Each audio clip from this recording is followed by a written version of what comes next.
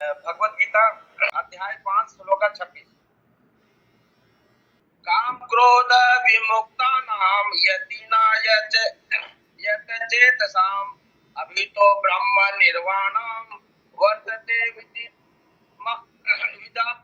विदितात्मनाम। शब्द हरे कृष्ण। काम, इच्छाओं, क्रोध तथा क्रोध से विमुक्ता नाम मुक्त पुरुषों को, यति नाम साधु पुरुषों की, यत चेतसाम मन के ऊपर संयम रखने वालों की, अभीतर निकट भविष्य में आश्वस्त, ब्रह्म निर्वाणाम ब्रह्म में मुक्ति वर्तते होती है, विदित आत्मा नाम स्वरूप सिद्धों की। तो अर्थ है, जो क्रोध तथा समस्त भौतिक इच्छाओं से रहित है। तो भगवान जी कह रहे हैं कि जो क्रोध तथा समस्त भौतिक इच्छाओं से रहित है, जो स्वरूप सिद्ध आत्म संयमी है और संसिद्धि के लिए निरंतर प्रयास करते हैं, उनकी मुक्ति निकट भविष्य में सुनिश्चित है। मतलब भगवान जी ये कह रहे हैं कि भी जो क्रोध तथा समस्त भौतिक इच्छाओं से रहित है, मतलब अनासक्त है, और जो स्वरूप सिद्ध आत्म संयमी है। तो कहने का मतलब ये है कि भी जब मतलब हम कोई कार्य कर रहे होते हैं और वो कार्य नहीं होता तो क्रोध उत्पन्न होता है, फिर क्रोध से मोह उत्पन्न होता है। लेकिन जो कृष्ण भावना भावित व्यक्ति है, वही है जो मतलब एक तरीके से धीरे धीरे, मतलब कृष्ण भावना भावित होने से क्या होता है, धीरे धीरे उसको ज्ञान हो जाता है कि भी वास्तव में भगवान की तरफ कौन सी चीज लेके जाएगी और कौन सी चीज नहीं लेके जाएगी। कहने का मतलब यह है कि वैसे तो यह है कि भी आत्म सबूत सिद्ध का मतलब यह है कि भी व्यक्ति यह जान लेता है कि भी भगवान कृष्ण जी से मेरा संबंध क्या है। आप मतलब यह है कि भी वो जान लेता है कि भी मतलब मेरा क्या संबंध है भगवान से, एक दास के। मतलब जब वो जान लेता है कि भी मैं एक दास के रूप में मतलब हूँ, तब जाके उसका तो कहने का मतलब और संसिद्धि के लिए निरंतर प्रयास करते रहते हैं, उनकी मुक्ति निकट भविष्य में सुरक्षित है। मतलब भगवान ये कह रहे हैं कि भी जो क्रोध तथा समस्त इच्छाओं से रहित है और स्वरूप सिद्ध है। स्वरूप सिद्ध मतलब स्वरूप सिद्ध का मतलब ही बताया मैंने कि भी जो ये जान चुका, मतलब जो कृष्ण जी को अपना संबंध जान लेता कि मैं उनका दास हूँ, नित्य दास हूँ, जो ये जान लेता कि भी नित्य दास हूँ, वही स्वरूप सिद्ध है। तो मतलब अब जैसे क्या है, इस्कॉन आज मतलब क्या कर रहा है, आज वो मतलब कंटिन्यू निरंतर वो मतलब हर अब जैसे हमने अभी जन्माष्टमी मनाई, फिर उसके बाद कृष्ण जी की वो छठी मनाई। तो प्रभुपाद जी ने मतलब इस तरीके से इस संस्था को बनाया कि भी आज जो भी भक्त जुड़े हुए हैं, मतलब इस्कॉन के जो भक्त हैं, सवेरे 3:30 बजे से उठ के रात के 9 बजे तक बिल्कुल कंटिन्यू लगे रहते हैं, मतलब प्रयासरत हैं जी। तो प्रयासरत मतलब यही भगवान जी कह रहे हैं कि जो निरंतर प्रयासरत है, वही निकट भविष्य में सुनिश्चित है कि भी वो मुक्ति पा जाएगा। मतलब भगवान जी ये कह रहे हैं। तो वैसे तो ये कि भगवान जी ये बता रहे हैं हमें कि भी ये वैसे तो ये श्लोक का बहुत ही मतलब सुंदर है, बहुत ही अच्छा है, बहुत ही प्रभावशाली है, क्योंकि भगवान जी यहाँ बिल्कुल क्लियर कर रहे हैं कि भी कि जो क्रोध और समस्त भौतिक इच्छाओं से रहित है। कहने का मतलब भटकने का कारण क्या है आज धरती पे, कि भी इसलिए भटक रहे हैं हम क्योंकि हम मतलब सब चीज के मालिक तो कृष्ण जी है, हर चीज के मालिक कृष्ण जी हैं, लेकिन हम अब उसको भोगना चाहते हैं। मतलब भोक्ता हम नहीं है, भोक्ता तो भगवान कृष्ण जी हैं। लेकिन जब हम भोगने का प्रयास करते हैं तो फिर इस कर्म बंधन और ये भौतिक जगत में फंस जाते हैं। और फंसने का कारण यही है कि भी हम मतलब अपने आप को भोक्ता समझने लगाते हैं, हर चीज को भोगने की कोशिश करते हैं। मतलब तो ये तभी मतलब भगवान को पाना है तो निरंतर कंटिन्यू मतलब क्रोध से रहित होना चाहिए, समस्त भौतिक इच्छाओं से रहित होकर, और कंटिन्यू अपने इंद्रियों को भगवान के सेवा में लगाए, तभी जाकर के हमें भगवान की प्राप्ति होगी या गोलोक धाम की प्राप्ति होगी। लेकिन अगर हम खुद भोक्ता बनने की कोशिश करेंगे, मतलब आज हम भटक क्यों रहे हैं, कहने तब हम मालिक बनने के चक्कर में ही आज भटक रहे हैं धरती पे।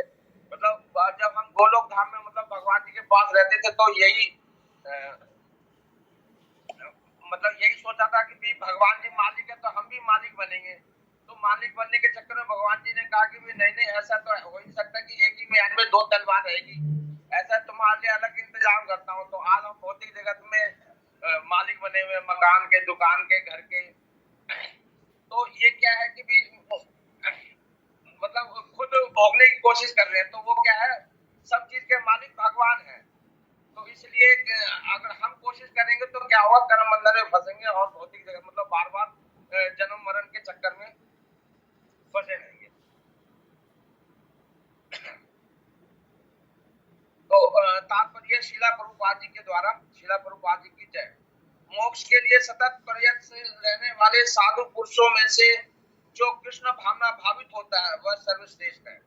मतलब भगवान जी कह रहे हैं कि मोक्ष के लिए सतत प्रयत्नशील रहने वाले साधु पुरुषों में से कृष्ण भावना भावित व्यक्ति है जो सर्वश्रेष्ठ है।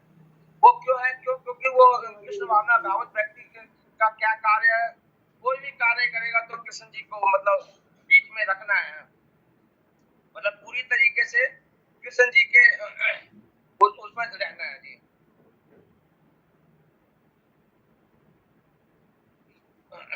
तो वह सर्वश्रेष्ठ है। इस तथ्य की पुष्टि भागवत में 4.22.39 इस प्रकार हुई है।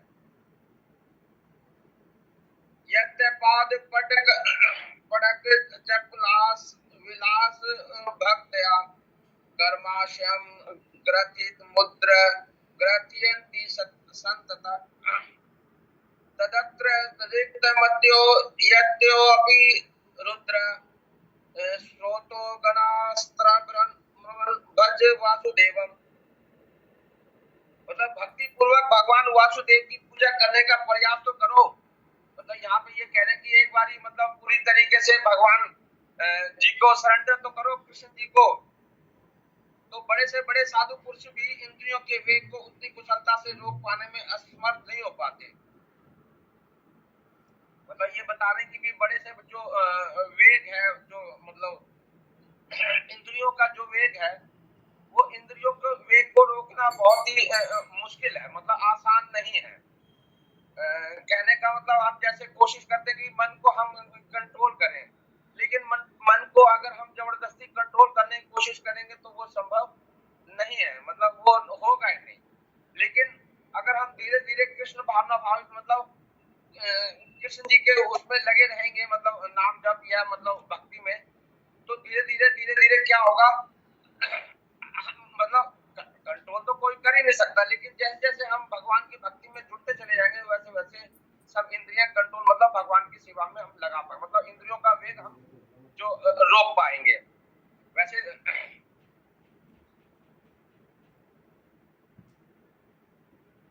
तो उतनी कुशलता से रोक पाने में समर्थ नहीं हो पाते, जितना कि वे जो सकाम कर्मों की तीव्र इच्छा को समूल नष्ट करके और भगवान के चरण कमलों की सेवा करके दिव्य आनंद में लीन रहते हैं।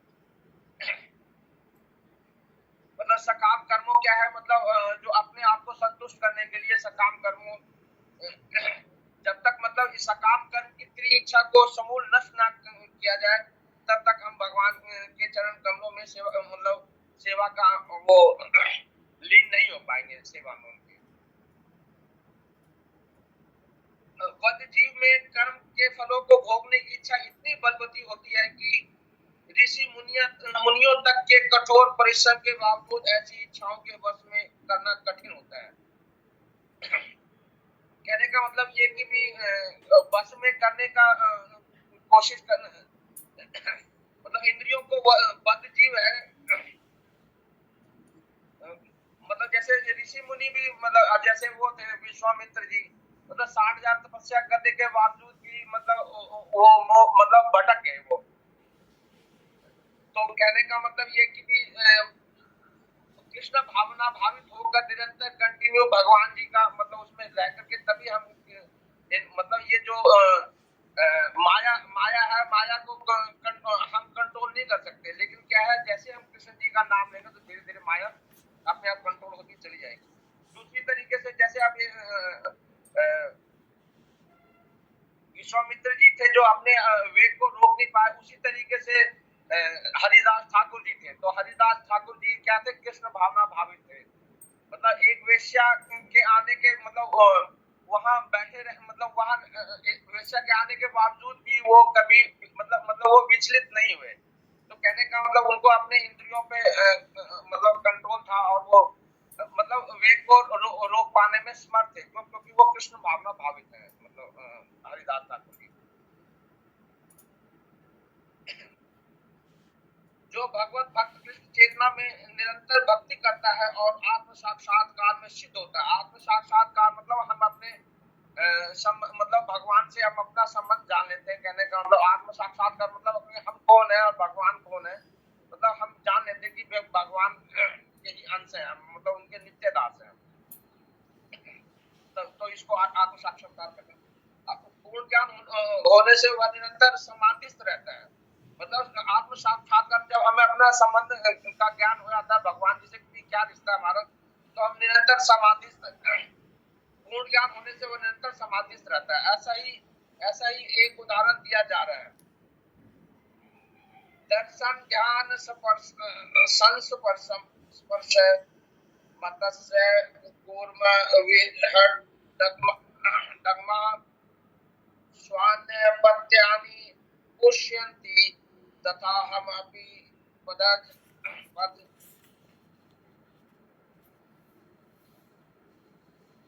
मछली, कछुआ तथा पक्षी केवल दृष्टि, चिंतन तथा स्पर्श से अपने संतानों को पालते हैं।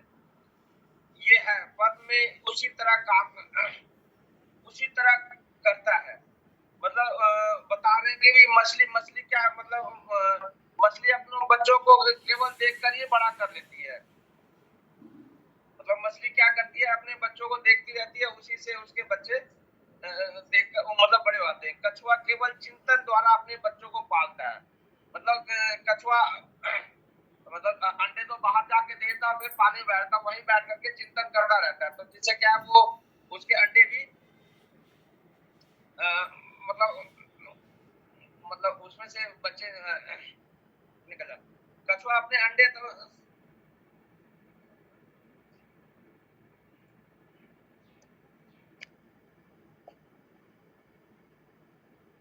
कछुआ केवल चिंतन द्वारा अपने बच्चों को पालता है। कछुआ अपने अंडे स्थल में देता है और स्वयं जल में रहने के कारण निरंतर अंडों का चिंतन करता रहता है। मतलब अंडों को बाहर दे करके और वो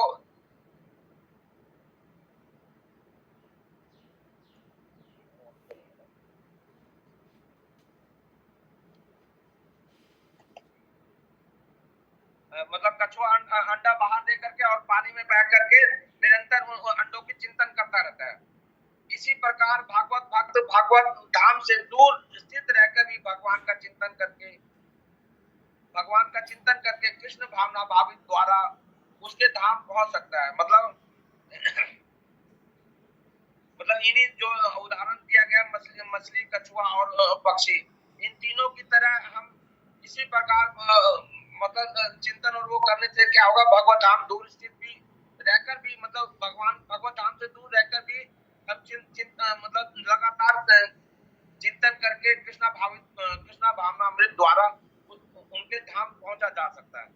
उसे भौतिक क्लेशों का अनुभव नहीं होता। मतलब जो कृष्ण भावना भावित व्यक्ति है उसे भौतिक क्लेशों का वो उनको सताता नहीं, मतलब भौतिक क्लेश उसके ऊपर हावी नहीं हो पाती,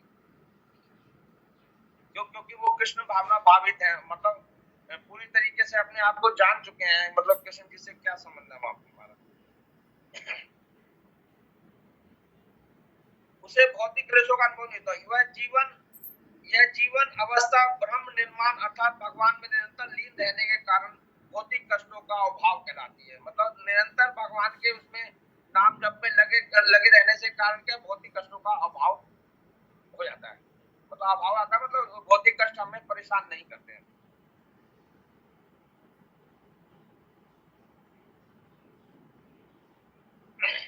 तो प्रभु जी मेरे को तो इतना समझ में आया। प्रभु जी थोड़ा आप सब जोड़िए प्रभु जी। हरे कृष्णा प्रभु जी, हरे कृष्णा माता जी, सभी भक्तों को दंडवत प्रणाम।